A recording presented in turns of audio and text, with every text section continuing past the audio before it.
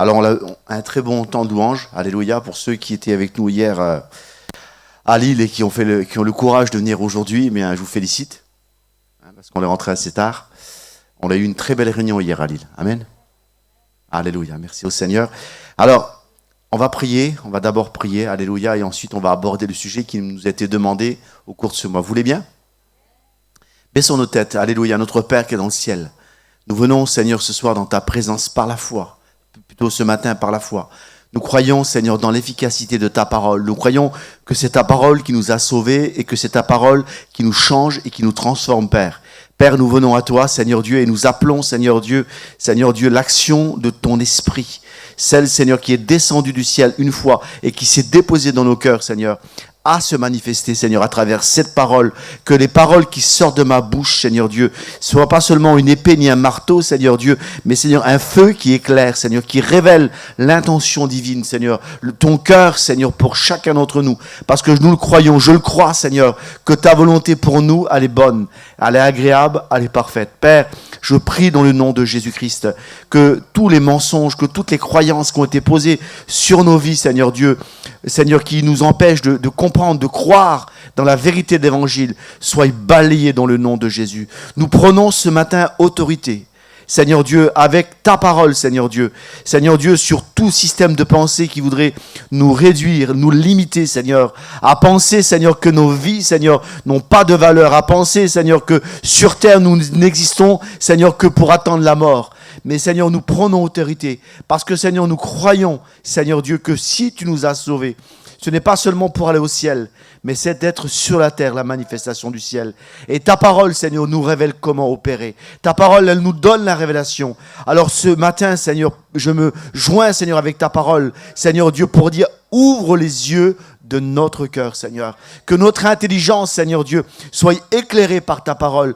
Que l'esprit de révélation, Seigneur, vienne sur nos vies, Seigneur. Tu veux nous rendre beaucoup plus efficaces par ta parole, Père éternel. Oh, notre Père, à toi soit le règne, la gloire et l'honneur. Père, je prie, Seigneur, que tout esprit de distraction, tout esprit de réseaux sociaux, Seigneur, qui voudrait nous perturber, de messages, Seigneur Dieu, d'alerte, d'SMS, qui voudrait nous perturber, Seigneur Dieu, n'aille pas lieu ici dans le nom de Jésus. Je prie que nos cœurs s'alignent avec le respect de ta parole, Seigneur Dieu. Je prie, Seigneur, que nos vies ne soient pas, Seigneur Dieu, profanes face à ta parole, mais avec le plus grand sérieux, Seigneur, nous puissions, Seigneur, être à l'écoute. Seigneur, tu nous dis dans ta parole, Seigneur Dieu, d'avoir l'oreille d'un disciple, mais l'oreille d'un disciple, c'est celui, Seigneur Dieu, qui choisit, Seigneur, d'écouter. Je prie, Seigneur Dieu, que nos cœurs et nos oreilles soient celles d'un disciple. Dans le nom de Jésus-Christ. À Dieu soit l'honneur et la gloire. Dans le nom de Jésus-Christ. Et ensemble, nous pouvons dire Amen. Béni soit le Seigneur. Amen. Alors, ce matin, nous sommes vraiment heureux d'être là, même si on est un peu fatigué. La route hier nous a un petit peu tiré, hein, n'est-ce pas? Mais ça valait le coup. On l'a vraiment passé vraiment un temps béni. On était à Lille, comme je vous l'ai dit, pour l'événement Un seul nom. Et vraiment, personnellement, je trouve que c'était un très bel événement. Amen. Et vraiment, c'est une complémentarité du ministère Tout est possible. Et je suis vraiment heureux de participer à ces événements-là. Le sujet de ce matin qui nous a été demandé d'aborder tout au long de ce mois, c'est l'unité, la force de l'Église. Est-ce que vous croyez qu'il y a une force dans l'unité? Amen. Alors, il y a une force dans l'unité, mais comme on va le voir, l'unité n'est pas seulement un principe relationnel, c'est une loi spirituelle. Parce que l'unité, elle porte une puissance en elle, lorsque des personnes s'unissent ensemble, elle porte une puissance en elle qui est inhérente à celui qui la transporte. En d'autres mots, tu peux t'accorder avec quelqu'un pour de bonnes choses et ça va réussir, mais tu peux t'accorder avec quelqu'un pour de mauvaises choses et ça va réussir aussi. En fait, il y a une puissance dans l'unité. Et la vérité, c'est deux personnes s'accordent, ils ne deviennent pas seulement une force, ils deviennent multiplicatrices. Si je m'accorde avec toi pour quelque chose, ce que j'accorde avec toi va se multiplier, n'est-ce pas? C'est évident, hein? L'accord crée la puissance, mais c'est la vérité de cet accord qui va déterminer si la puissance va construire, bâtir ou détruire. L'accord produit la puissance. C'est un principe que vous allez retrouver dans le monde spirituel aussi bien dans le monde séculier des entreprises, mais aussi dans le monde spirituel, par exemple les sorciers, tous ceux qui font des invocations. Quand il y a une unité, il y a une puissance. On le voit par exemple avec cette histoire de Babel dans le livre de la Genèse, où les gens vont s'unir dans une révolte contre Dieu. Et vous savez quoi? Eh bien, ça a fonctionné. Il y a une puissance. Mais quand l'Église trouve le moyen de s'accorder, alors il y a une puissance, alléluia, parce que cette puissance, elle n'est pas seulement basée sur le principe de l'unité, mais elle est en accord avec la vérité. Amen. Et quand la puissance de l'unité s'accorde avec la vérité, alors il y a quelque chose d'extraordinaire qui se produit. Mais une fois encore, l'unité peut être dangereuse. Comme j'ai dit, c'est une puissance, elle est indépendante. Vous savez, en France, on l'était dans les années 2000, jusqu'à la fin des années 2000, les leaders dans ce qu'on appelle l'énergie nucléaire. Est-ce que vous le saviez ? La France était vraiment leader avec des centrales nucléaires et on vendait de l'électricité dans le monde entier. Et puis, il y a un changement de gouvernement, l'écologie, etc. Et puis, on a commencé à fermer les centrales nucléaires et aujourd'hui, on n'est plus les leaders, malheureusement. En tout cas, l'énergie nucléaire produisait de la puissance qui nous permettait d'alimenter nos télévisions, nos lumières, etc. Donc, c'était bénéfique, n'est-ce pas ? Faites ça avec la tête. Vous avez tous vos contrats EDF, hein, ok ? Donc, vous savez de quoi je veux dire. Mais la puissance nucléaire peut être aussi destructrice. Et on l'a vu avec, par exemple, Hiroshima. On le voit aujourd'hui avec la menace nucléaire qui pèse sur le monde. Donc il y a une puissance, mais cette puissance, lorsqu'elle est orientée quelque part, elle devient constructive, elle produit quelque chose de bénéfique et même d'indispensable à nos vies. Mais lorsque cette puissance est mal orientée, elle peut devenir une puissance de destruction massive. Et ce matin, on va aborder ensemble, au cours du mois, on a parlé de l'unité entre frères, l'unité dans l'amour, l'unité dans la fraternité. En fait, on l'a vu l'unité avec pas mal de sauces. Hein. C'est un peu comme des plats un peu standards, mais qu'on ajoute des sauces différentes. Et tout était vrai. Mais à mon souvenir à moi, il y a un sujet qu'on n'a pas abordé dans ce mois de l'unité. C'est l'unité avec la personne la plus importante, c'est celle du Saint-Esprit. Parce qu'on peut très bien accorder ensemble, mais si je ne m'accorde pas avec le Saint-Esprit, et on va voir que l'unité avec le Saint-Esprit, c'est un principe qui est très puissant. Et j'aimerais ce matin aborder ce sujet parce que je vais parler d'unité, je vais parler de soumission, et je vais parler de tout ce que le Saint-Esprit ne fera pas dans ta vie si tu ne comprends pas ce principe. Et je voudrais être clair avec vous. Quand Dieu nous donne un ordre, ou quand Dieu nous donne une direction, quand Dieu nous donne un commandement, c'est jamais pour notre mal. C'est toujours pour notre bien. Dieu n'est pas celui qui est en train de nous présenter des directives méchantes et cruelles, en train de dire, eh bien, tu vas faire ça parce que j'ai envie que tu le fasses. Non, tous les commandements de la Bible, tous les lois que Dieu a données, ont un but et un objectif, c'est pour notre bonheur. Mais même dans l'Ancienne Alliance, quand Dieu disait à quelqu'un, tu n'auras pas d'autre Dieu devant ma face, vous connaissez cet exemple dans Exode chapitre 20, Dieu disait à Israël, tu n'auras pas d'autre Dieu devant ma face, tu ne te feras pas d'image taillée. Et ceux qui ne comprenaient pas pourraient dire, quand même, il est quand même cruel Dieu, hein. Il ne nous permet pas d'aller vers quelqu'un d'autre, parce que Dieu savait très bien qu'en dehors de lui, tout ce qu'on appelait Dieu, c'était des démons. Donc quand Dieu disait à Israël, ne va pas devant d'autres dieux, c'est pas seulement parce que Dieu, l'expression Dieu est jaloux était vraie, c'est aussi surtout que lorsque tu allais te présenter devant d'autres divinités, tu te retrouvais possédé, dominé par des esprits. Tu devenais esclave de ce que tu adorais. Donc déjà le premier commandement, où Dieu nous dit de le regarder à lui, d'avoir pour intérêt que lui, n'était pas parce que Dieu est égoïste, égocentrique, pas du tout. C'était surtout pour notre bonheur. Et on va le voir ensemble. À aucun cas, Dieu n'a souhaité dominer dans nos vies. Mais bien au contraire, nous diriger, nous parler, nous aimer. Alléluia. Est-ce que vous comprenez le principe du commandement ? Alors on va introduire avec un texte. Ce matin, il n'y a pas de slide parce que, voilà, c'est comme ça. On a une belle image. Merci Seigneur, l'unité. 2 Corinthiens, chapitre 13 et verset 14. L'apôtre Paul nous termine sa lettre aux Corinthiens en disant que la grâce de Jésus-Christ, l'amour de Dieu et que la communion du Saint-Esprit soit avec vous. Vous connaissez ce texte ? Il est beau, hein ? Et Paul ici nous parle de 3 dimensions que nous devons aborder dans notre vie et comprendre. Eh bien, il y a la grâce de Jésus-Christ, amen. Nous avons reçu la grâce. Ici, dans cette église, on parle souvent de la grâce, on parle des bienfaits de la grâce, alléluia, et on doit comprendre la grâce. Et la grâce, dans son essence première, c'est le don, c'est le cadeau immérité. Donc, la grâce, tu la reçois. Amen. Tu la reçois. Alléluia. Et Paul dit, et l'amour de Dieu, elle est là, elle est puissante, et la Bible dit que l'amour de Dieu, elle était manifestée. 1 Jean chapitre 4, Dieu est amour. C'est dans son caractère, dans son essence. Donc, tu n'as rien à faire pour être aimé. Je reprends. Vous avez le droit de dire amen si vous voulez. Tu n'as rien à faire pour être aimé de Dieu. Car Dieu a tant aimé le monde, et ce monde que Dieu a tant aimé, c'est un monde pécheur, corrompu, voué au péché. Eh bien, Dieu a aimé ce monde, pourtant qui était couvert de pourriture, qu'il a donné son Fils unique. Donc, tu n'as rien à faire pour être aimé. La grâce est le don que tu reçois lorsque tu crois. C'est par grâce que vous êtes sauvés, va dire Paul, Éphésiens chapitre 2, et c'est le don de Dieu. Et cela ne vient pas de vous. Donc, je crois par la foi, je reçois cette grâce, mais Paul, en terminant cette lettre aux Corinthiens, dit, il nous parle de la communion au Saint-Esprit. Alors, la communion avec le Saint-Esprit, elle n'est pas automatique. L'amour de Dieu, tu la reçois, tu l'as, amen. La grâce de Dieu, lorsque tu la comprends, tu la reçois, amen. Encore, il faut la comprendre. Mais la communion, elle n'est pas automatique. La communion, c'est un acte où tu dois t'accorder avec quelqu'un. C'est pas pareil.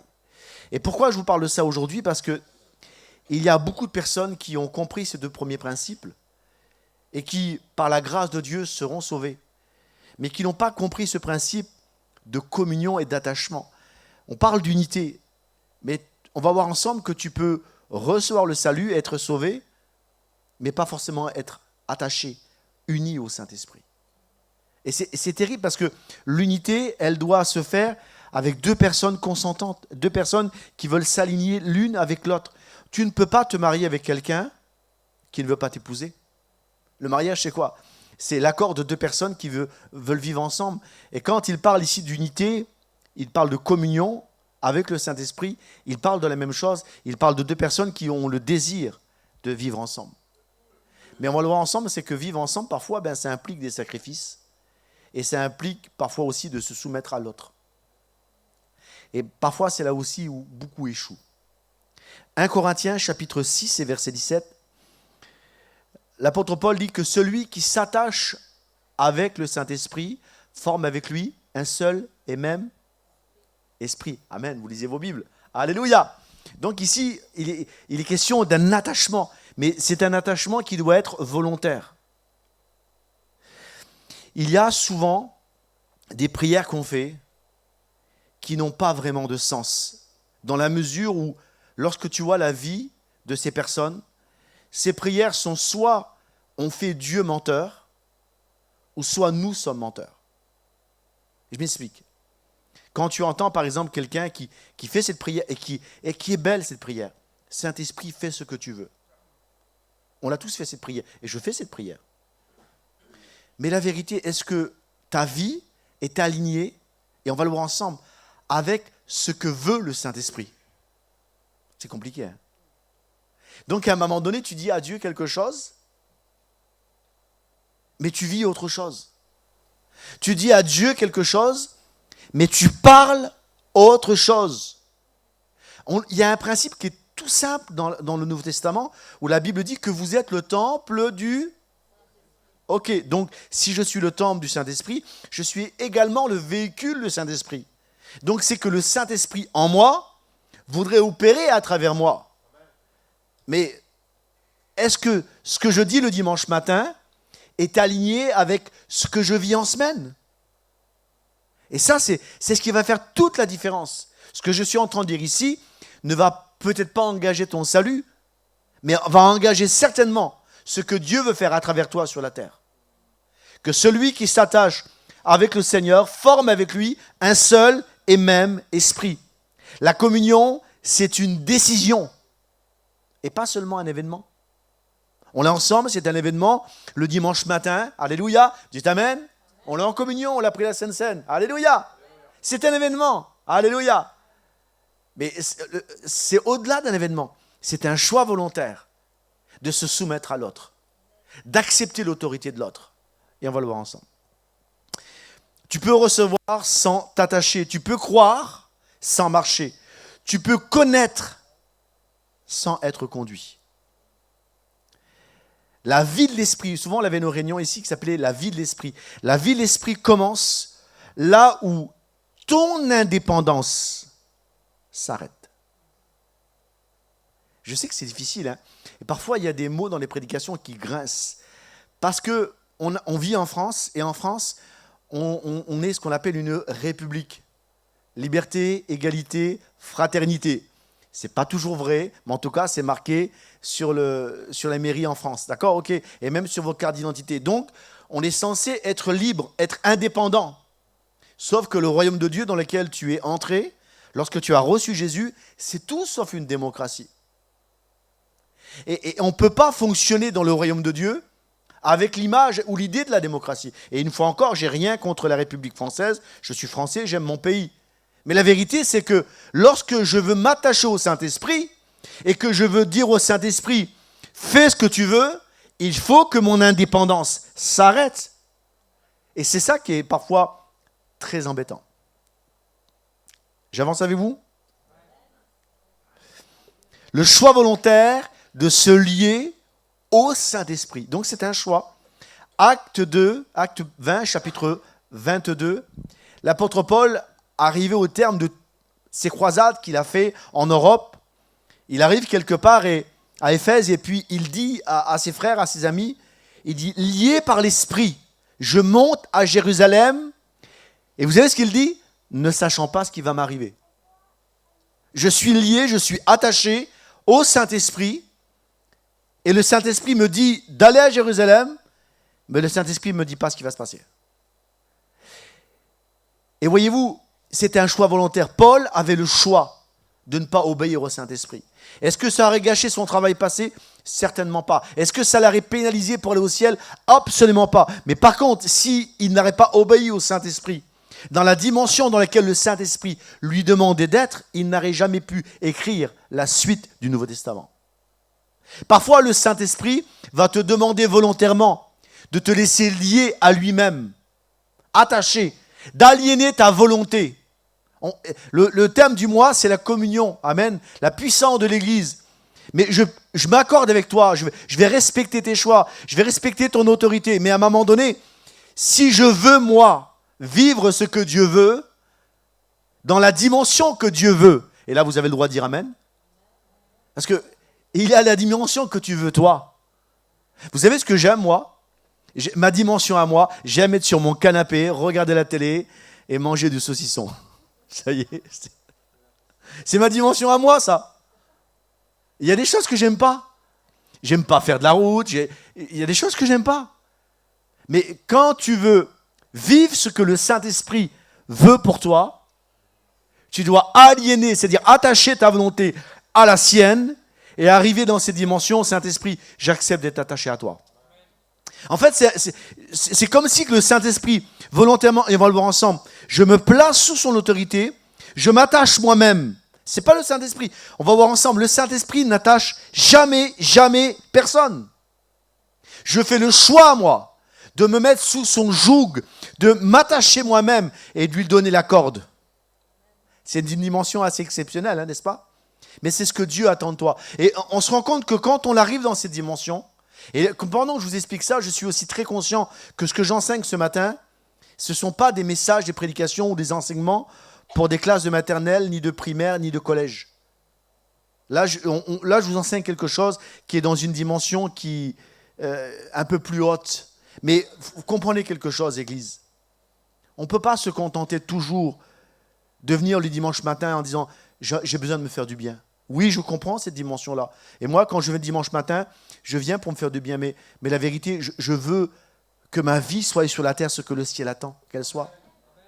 Et ma vie sur la terre, et ta vie sur la terre ne sera jamais, et on va le voir ensemble, si le temps me permet, mais là, je ne sais même pas quelle heure il est, parce qu'il est à 11h, je ne sais plus, il est presque midi déjà.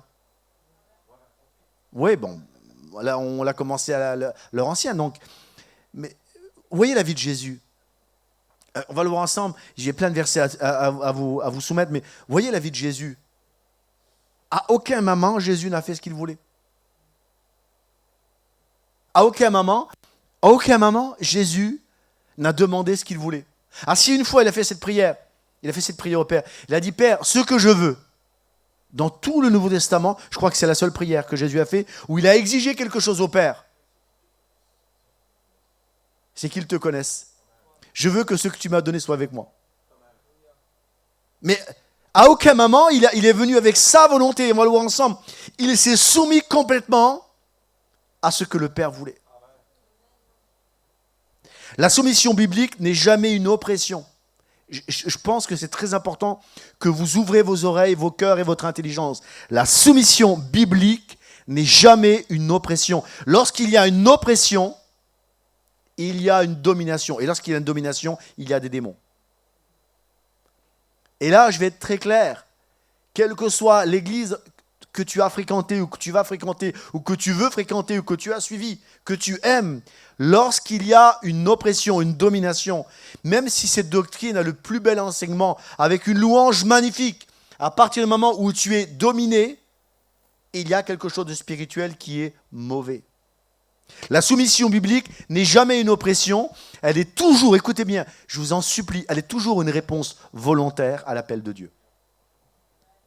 Je le répète, la soumission biblique n'est jamais une oppression, elle est toujours une réponse volontaire à ce que Dieu nous demande. Je vais vous enseigner ce matin le principe de la soumission, vous voulez ? Amen. Le Saint-Esprit ne domine jamais. Lisez la Bible de long en large, et je l'ai fait. Jamais le Saint-Esprit ne domine. Il convainc, il conduit, il relève, il enseigne, il console, et la liste est longue. À aucun moment, le Saint-Esprit vient et force. Est-ce que vous voyez le Saint-Esprit, vous, forcer quelqu'un ? Il ne le fait jamais. Lorsque quelqu'un est contraint et dominé, ce n'est jamais le Saint-Esprit. Il ne manipule pas, il ne contrôle pas. Alors, j'en viens à ce point, Dieu ne cherche pas des hommes à contrôler. Église, Dieu ne cherche pas ni des hommes ni des femmes à contrôler. Il y a souvent aussi cette prière qu'on fait par abus de langage, Saint-Esprit, contrôle ma vie. Ça ne marchera jamais. Parce que le Saint-Esprit veut tout sauf contrôler ta vie. Il veut t'enseigner, te parler, collaborer avec toi, s'associer avec toi, attendre que toi-même tu te lies à lui pour que sa volonté passe. Mais lorsque tu dis contrôle ma vie et que tu vas autre part, il y a un problème. Dieu ne cherche pas des hommes et des femmes à contrôler, il cherche des hommes et des femmes qui souhaitent s'aligner avec sa volonté. Et ce n'est pas la même chose. La différence est majeure. Le contrôle enlève la volonté. La soumission engage ta volonté. Je le répète. Quelqu'un qui veut te contrôler enlève ta volonté. Il te vole ta volonté, ton libre arbitre. La soumission, c'est toi-même dans ta volonté qui accepte le plan et la directive qu'on te propose. Vous comprenez le principe ? L'Esprit Saint ne s'impose pas à ta vie, il s'accorde avec ton abandon. Le Saint-Esprit ne s'oppose jamais pour contrôler ta vie. Il s'accorde avec ton choix volontaire de t'abandonner à lui. Et ce n'est plus la même perspective. Est-ce que vous êtes avec moi ce matin ? Et là où il y a un problème souvent, et je vais y venir, c'est que souvent, alors que nous avons de bonnes réunions, notre vie, notre attitude, notre comportement, notre mentalité, on en parle beaucoup ici, bloque et attriste le Saint-Esprit. Ce n'est pas moi qui le dis, c'est l'apôtre Paul, il en parle, il en fait référence dans Éphésiens, chapitre 4 et verset 30. N'attristez pas le Saint-Esprit. Est-il possible d'attrister le Saint-Esprit ? Ce que Paul souligne ici, c'est que le Saint-Esprit n'est pas une force, c'est une personne avec des émotions et qu'on peut attrister par notre attitude. Qu'est-ce qui attriste le Saint-Esprit ? Qu'est-ce qui fait que cette personne à laquelle je dois être lié, cet être à laquelle je dois être lié, va être attristé ? Et Paul donne une liste, mais je ne pense pas que la liste est exhaustive. Mais en tout cas, il en donne quelques points. Il parle de l'amertume, il parle de la colère, il parle de la dureté. La vérité, c'est que parfois, ta colère et ton amertume ne s'expriment pas par ta bouche, mais par ton cœur. Le problème, c'est que le Saint-Esprit habite ton cœur. Alors le Saint-Esprit se retrouve dans une maison où il y a des meubles encombrants. Et ces meubles encombrants, c'est la colère, c'est l'amertume. Et parfois, l'amertume et la colère, elles s'expriment par ce qu'on appelle des rumeurs, des paroles, de la médisance, de la calomnie. Parce qu'à un moment donné, ça sort. Vous savez, Jésus ne s'est pas trompé en disant que c'est de l'abondance du cœur que la bouche parle. Et mon attitude et mes paroles disent au Saint-Esprit, tu n'es pas le bienvenu ici. Alors que le dimanche matin, on lève nos mains, on chante des cantiques. Mais lorsque je laisse mon cœur et ma maison être remplis d'autre chose que ce que le Saint-Esprit veut, alors je dis au Saint-Esprit, tu n'es pas le bienvenu. Vous connaissez ce cantique ? Saint-Esprit, tu es le bienvenu. Vous vous rappelez, hein ? Mais est-ce que dans ta vie, est-ce que dans ton attitude, est-ce que vraiment le Saint-Esprit est le bienvenu ? Je vous laisse réfléchir un instant. Je vous laisse avaler ça, tranquille, ok ? Dites pas amen, ne bougez pas la tête, mais réfléchissez. Tu peux inviter le Saint-Esprit dans ta prière et le rejeter par ton caractère. Ce que tu refuses d'abandonner, finira par limiter, et c'est terrible, ce que Dieu veut manifester dans ta vie. Parfois, ce n'est même pas la faute du diable. La vérité, c'est que parfois, Satan n'est même pas dans l'équation. Parfois, c'est simplement toi qui refuses.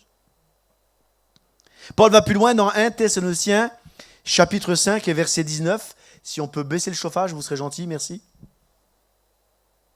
Sinon, je serai obligé d'enlever ma veste. Et en dessous de ma veste, j'ai une chemise. Et en dessous de ma chemise, j'ai un Marcel. Et ma femme m'a dit surtout, tu n'enlèves pas ta veste parce qu'on va voir ton Marcel. Donc,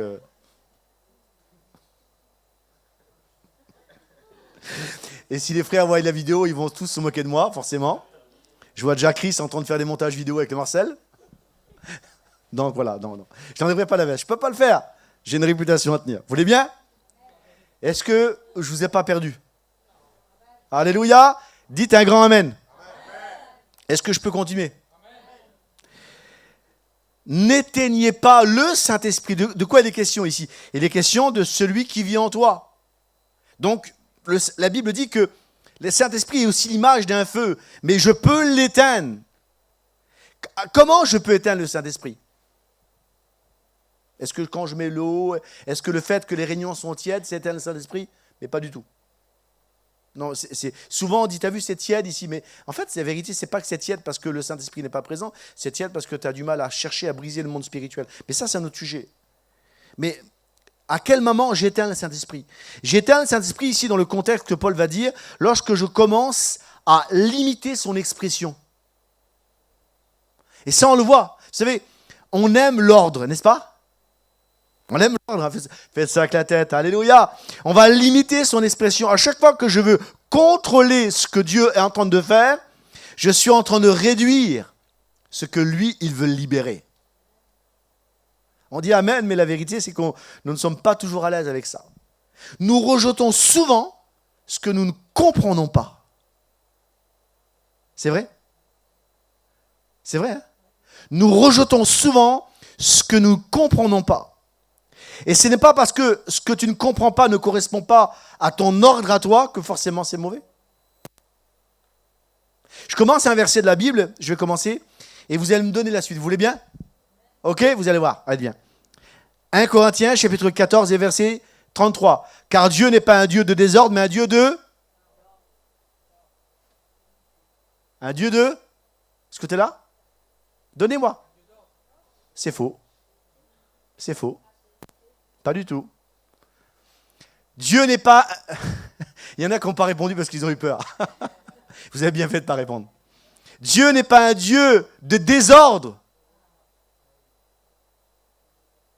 mais un Dieu de paix. C'est fou, hein ? Comme nous, on veut mettre l'ordre. T'as vu ? J'ai mon ordre à moi. Attends, les gens doivent bien être assis. Et surtout, faut pas qu'ils tombent par terre, les gens. Pendant la prière, il ne faut pas qu'ils hurlent trop en langue, parce que Dieu est un Dieu d'ordre. Non, écoutez, relisez Acte 2, je vous en supplie. Vous savez quoi? On a tellement religiosisé le truc. Relisez Acte 2. Je suis très sérieux avec vous. S'il vous plaît, relisez Acte 2. Acte 2, ils sont là. Et puis, qu'est-ce que fait le Saint-Esprit? Il descend.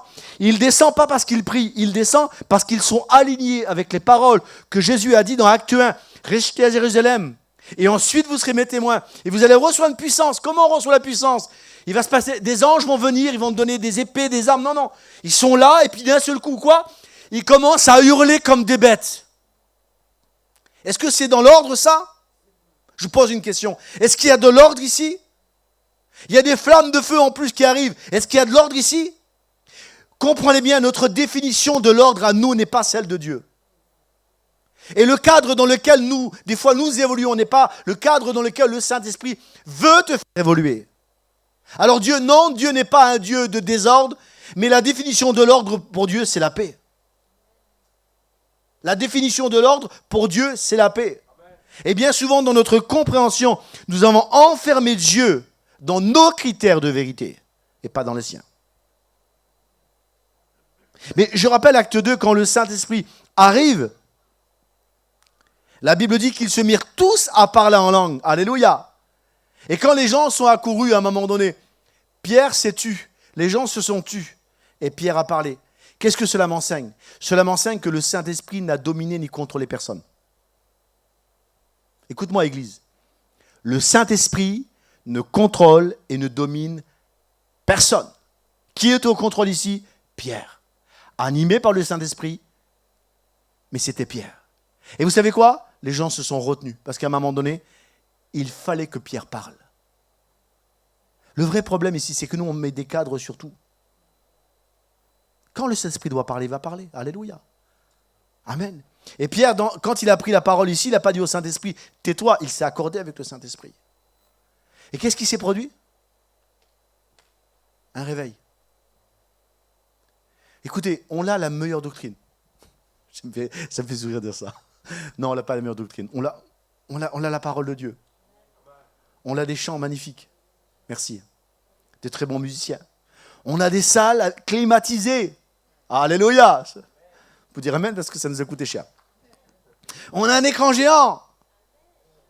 Alléluia. Vous avez des pasteurs en costume quand même. Hein? Pas rien. Où sont les 3000 âmes qui se convertissent? Je ne jette la pierre à personne, mais la vérité c'est que est-ce qu'on laisse le Saint-Esprit? Alors, je prends un peu d'exagération ici, pardonnez-moi, tout n'est pas une question de réveil, tout n'est pas une question de 3000 âmes qui vont venir. Mais est-ce que vraiment le Saint-Esprit fait ce qu'il veut dans ma vie? D'accord, l'Église c'est autre chose, mais dans ma propre vie à moi. Alors Dieu, non, Dieu n'est pas un Dieu de désordre, mais un Dieu de paix, alléluia. Amen. Arrêtons de donner au Saint-Esprit, alléluia, la direction. Et c'est là, à un moment donné, où le Saint-Esprit s'en va. C'est là où, à un moment donné, le Saint-Esprit ne peut plus agir. Parce que nous donnons la direction, nous donnons la directive au Saint-Esprit. La nuance, elle est fondamentale. Parce que ce que nous appelons ordre est souvent ce que nous ne comprenons pas. Je ne comprends pas une chose. Mais je suis qui, moi, pour donner une leçon au Saint-Esprit? Ce que nous ne maîtrisons pas, on aime bien maîtriser. Hein. Ce qui nous dérange. Je vous donne une expérience que j'ai vécue ici, il y a quelques années. Quand on a commencé les réunions, j'ai encore quelques versets, et puis après on va prier, d'accord, hein? Et puis on faisait une réunion un soir, et puis il y a des gens qui venaient ici, vous savez, ici il y a beaucoup de gens qui viennent, qui repartent, et puis un soir il y a une personne qui est venue, une femme qui est venue, et puis quand on l'a prié pour elle, elle est tombée à la renverse, elle est tombée par terre. Et moi, ça m'avait un petit peu dérangé, je vous donne l'idée, j'ai rien contre ça, parce que ce soir-là, il y avait beaucoup de personnes de ma famille qui étaient là, de ma communauté, et puis déjà qu'on était assez stigmatisés, on passait pour des hyper charismatiques, etc., etc., etc. Ça m'avait un petit peu dérangé, je me dis, wow, on veut faire attention quand même, on veut prêcher la parole de Dieu, donc on ne veut pas choquer les gens. C'est vrai ça, mais parfois, en faisant le contraire, c'est là qu'on choque les gens. Et puis, j'ai attendu quelques minutes, je me suis approché de cette sœur gentiment, je l'ai relevée, je l'ai mis sur une chaise, alléluia. J'étais bien, toi. Et puis, au bout de quelques semaines, un soir, je suis avec Chris, on parle avec Chris, on discute de ça. Et Chris m'a posé une question. Il m'a dit, David, en fait, pourquoi tu as relevé cette femme ce soir? Il n'était pas en train de m'accuser, en train de me dire, t'as mal fait. Non, non. Il m'a dit, pourquoi? Et j'ai dit, Tu as vu, il faut être équilibré, les gens nous regardaient, et puis il ne faut pas faire n'importe quoi. Mon raisonnement était sensé, n'est-ce pas? Non? Et puis il m'a dit quelque chose qui m'a fait profondément réfléchir, jusqu'à aujourd'hui. Il m'a dit, mais qu'est-ce que tu en sais, quoi, que cette femme, elle n'était pas en train de vivre acte 10? Elle n'était pas en train de vivre une révélation? Qu'est-ce que tu en sais que toi, à ce moment-là, elle n'était pas en train de télécharger quelque chose de spirituel? Tu étais dans sa tête? Il n'était pas en train de m'accuser, il était en train de me faire réfléchir. Et en fait, c'est ça. C'est ça. On voudrait dire au Saint-Esprit, non, Saint-Esprit ne fait pas comme ça. Je te pose une question, on va terminer en quelques minutes. Je suis obligé de vous parler quand même de la soumission. Mais est-ce que le Saint-Esprit fait ce qu'il veut avec toi? Je vous rappelle, je choisis de me soumettre. Je ne peux pas terminer mon message, vous me pardonnez, on a commencé un peu en retard, mais sans vous parler de la soumission. C'est important parce que si vous ne comprenez pas le principe de la soumission, vous ne comprendrez pas la direction par laquelle le Saint-Esprit veut vous faire passer. Le principe de soumission n'est pas un principe culturel, c'est un principe du royaume de Dieu. Le ciel fonctionne dans la soumission. Jésus lui-même, Jean, chapitre 5 et verset 19, le Fils ne fait rien lui-même. Il parle de Jésus ici. Il dit, le Fils ne fait rien lui-même. Jean, chapitre 6 et verset 38, je suis venu non pour faire ma volonté, mais celle de mon Père. Évangile de Luc, chapitre 22, verset 42, il est à Gethsémani. Mon Père, non pas ma volonté, donc Jésus a une volonté propre. Il aliène sa volonté à celle du Père, mais ta volonté. Il n'agit pas de manière indépendante, il n'agit pas de manière parce qu'il a selon ses choix, il se soumet, alléluia. Jésus était puissant. Vous pensez que Jésus était puissant? Le secret de la puissance de Jésus, c'était son choix volontaire de se soumettre au Père. Amen. Le Saint-Esprit lui-même, vous savez, c'est une hiérarchie dans le monde spirituel. Et être soumis ne veut pas dire que tu es inférieur. Amen. Merci pour l'amen. Je pense que vous n'avez pas compris le principe de la soumission. Non, je suis sérieux. Dans notre tête, on a tellement grandi dans cette image liberté, égalité, qu'on ne doit pas être soumis aux uns. Vous savez, la France est insoumise, voilà, je l'ai dit. Voilà. On ne doit pas être soumis parce qu'on est... non, le principe de soumission a été galvaudé. Vous savez pourquoi la Bible dit « Femmes, soyez soumises à vos maris » ? Parce que la soumission est un principe spirituel que la femme accepte. Mais en aucun cas, la Bible dit « Mari, dominez vos femmes ». C'est un choix volontaire. C'est une hiérarchie. Ce n'est pas être inférieur. C'est comprendre qu'il y a une direction, comprendre qu'il y a une position. Jésus s'est soumis au Père.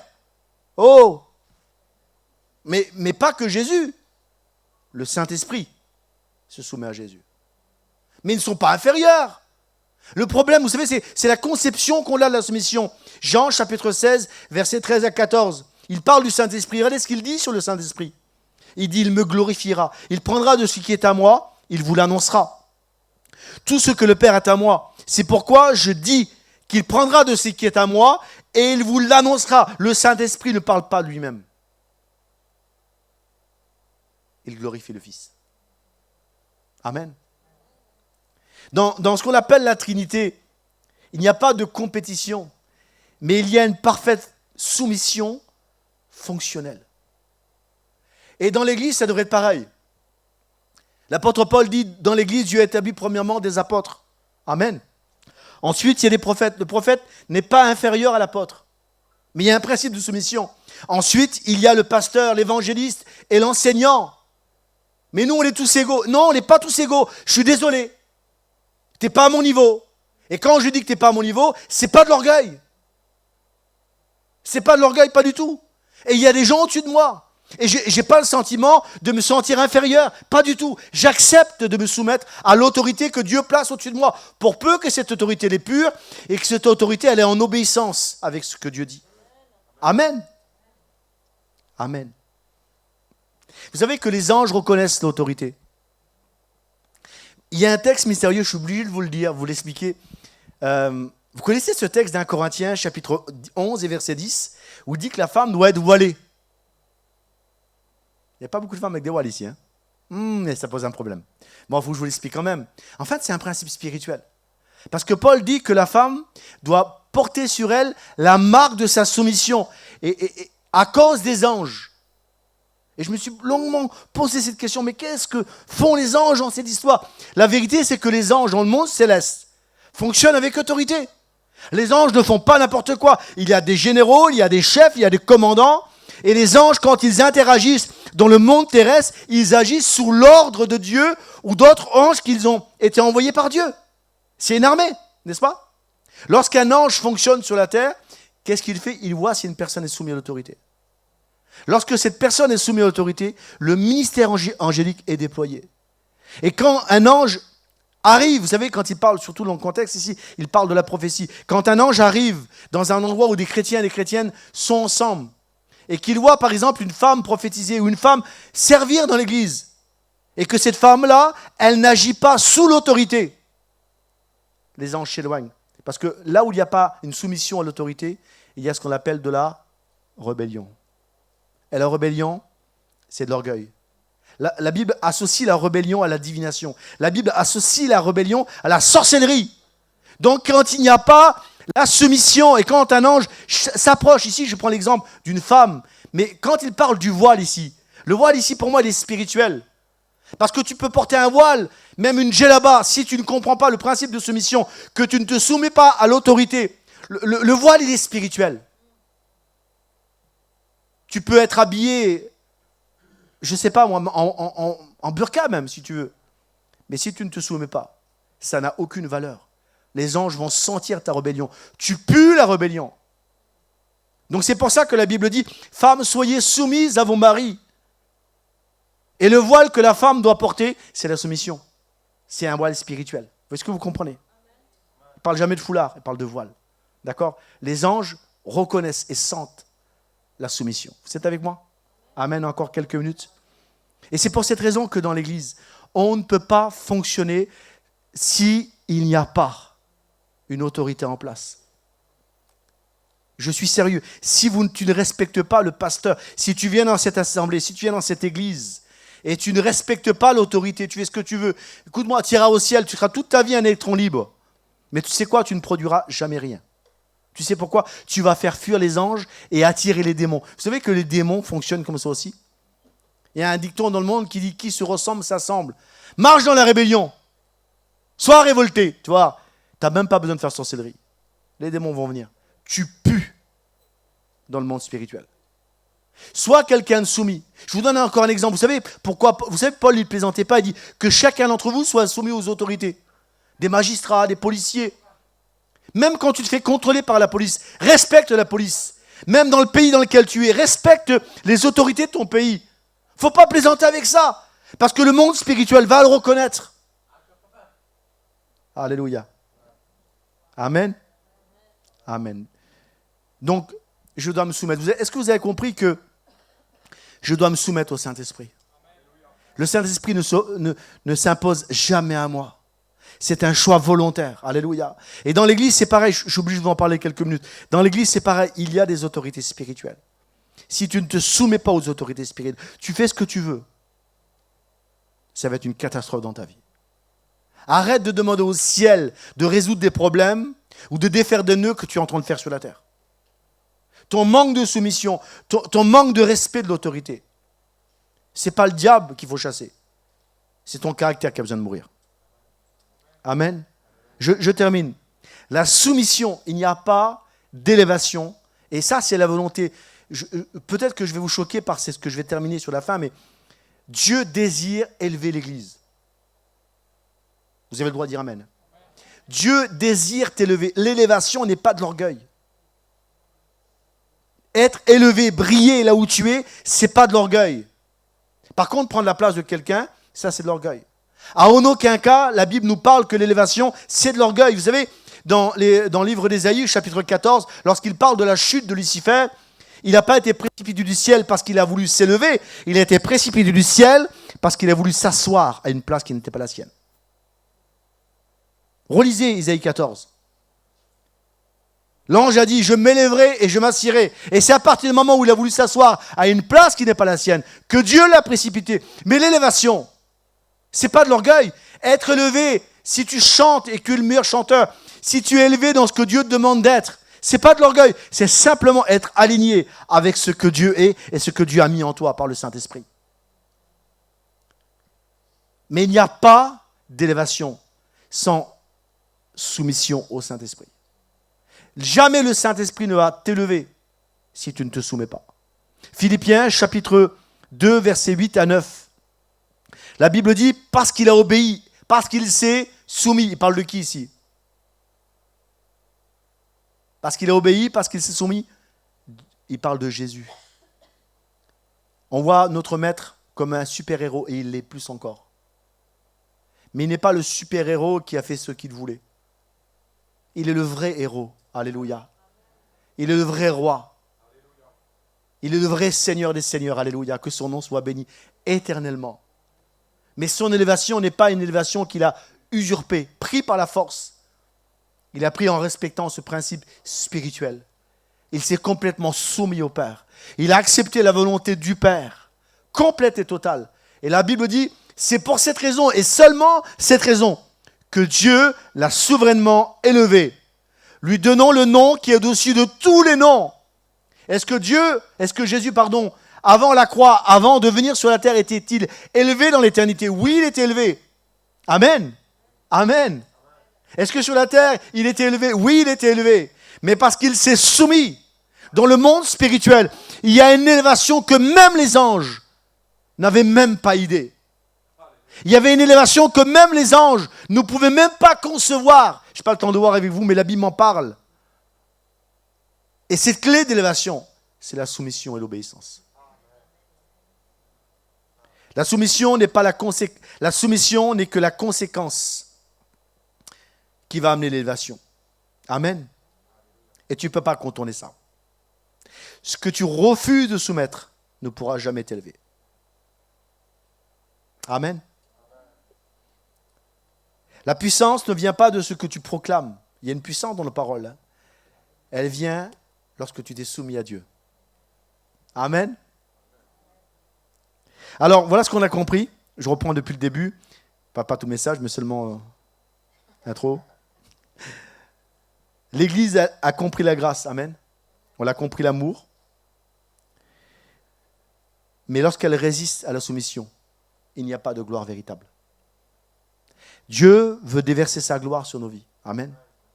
Mais ça commence par la soumission. S'il n'y a pas de soumission, le Saint-Esprit n'opérera jamais.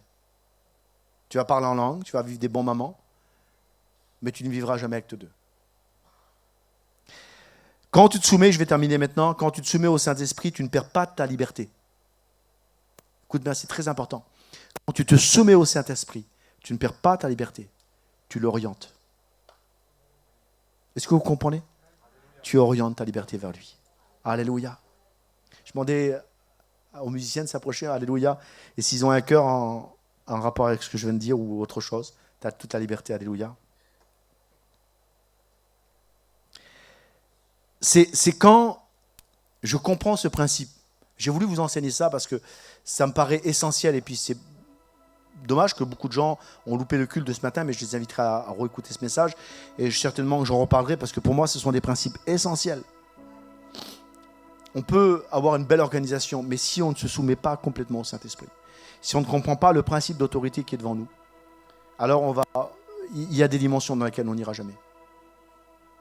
Vous comprenez? On n'est pas une république. On est une théocratie. Il y a Dieu, alléluia. Il y a le Saint-Esprit, alléluia. Il y a les ministères que Dieu a donnés, alléluia. Il y a les autorités que Dieu a déléguées. Et je vous pose cette question, est-ce qu'on vraiment veut de manière volontaire? C'est un choix, on l'a vu ensemble. Hein? La soumission, c'est un choix. Est-ce qu'on veut volontairement se lier au Saint-Esprit et lui dire, Saint-Esprit, tu fais ce que tu veux. Mais tu fais ce que tu veux, mais mes paroles seront tes paroles. Mon attitude sera... Vous savez, des fois, il y a des attitudes qui sont toutes simples, hein, mais quand tu es quelque part et que quelqu'un t'insulte ou t'en veut, la manière dont tu réponds va déterminer si tu t'accordes avec le Saint-Esprit ou pas. Parfois, c'est pas si compliqué que ça. Hein. Parfois, c'est pas les plus grands sacrifices de la terre. Hein. Mais lorsque tu entends des fois une calomnie, une rumeur sur toi et ta réaction définit vraiment si tu es accordé avec le Saint-Esprit ou pas. Et c'est là, ça fait toute la différence. Parce que les paroles qui sortent de ta bouche parfois ne sont pas celles que tu vis tous les jours. Et le but de ce message ce matin, c'est ça. Et on termine ce mois avec l'unité, la puissance de l'Église. Mais est-ce qu'on veut s'unir au Saint-Esprit? Et même si question comme d'un mariage, où je me soumets à lui, j'accepte sa volonté, alléluia. Je me laisse attacher à lui, alléluia. Et on ferme nos yeux ensemble.